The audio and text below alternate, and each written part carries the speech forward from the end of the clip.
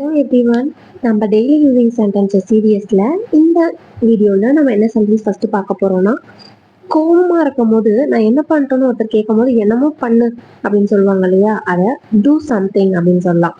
Do something அப்படின்னா என்னமோ பண்ணு அப்படின்னு சொல்லி சொல்கிறது தான் டூ சம்திங் அப்படின்னு சொல்லுவோம்.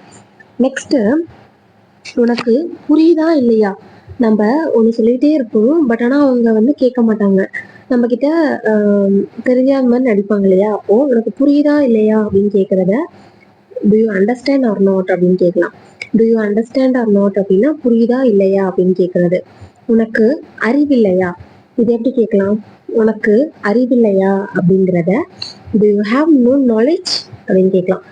இதே நிறைய பேர் do you have no sense அப்படின்னு சொல்லுவாங்க. Do you have no knowledge அப்படிங்கிறதும் சேம் மீனிங். புரியாத மாதிரி நடிக்காத.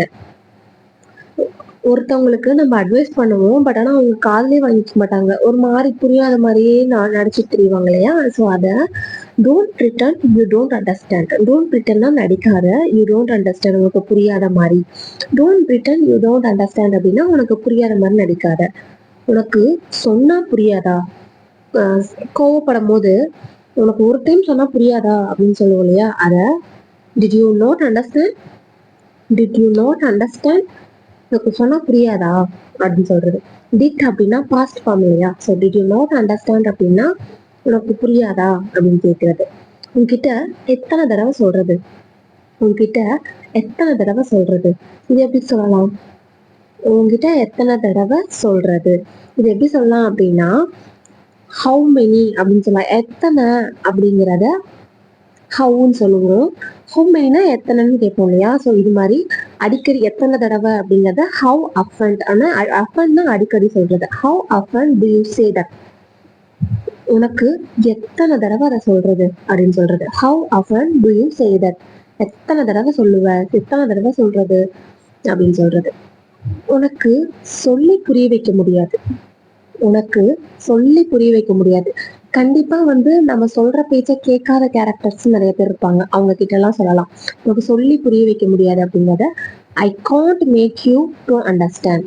ஐ can't make you to understand அப்படின்னா உனக்கு சொல்லி புரிய வைக்க முடியாது. I can't make you to understand. சொன்னதையே திரும்ப திரும்ப சொல்லாத, சொன்னதையே திரும்ப திரும்ப சொல்லாத. இது எப்படி சொல்லலாம்? சொல்லாத அப்படிங்கிறத don't repeat the same thing.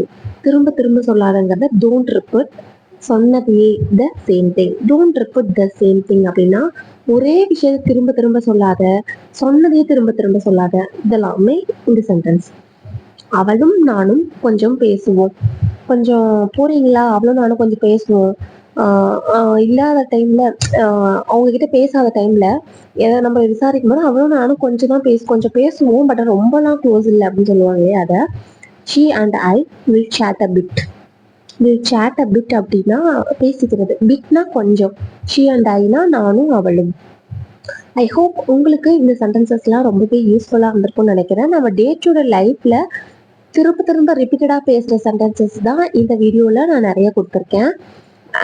Stay tune for next video. மறக்காம சேனலை சப்ஸ்கிரைப் பண்ணி உங்கள் சப்போர்ட்டை சேனலுக்கு கொடுங்க. அது எனக்கு இன்னும் மேலும் மோட்டிவேஷனாக இருக்கும் நான் மேலும் மேலும் வீடியோஸ் போடுறதுக்கு. டாடா பாய்.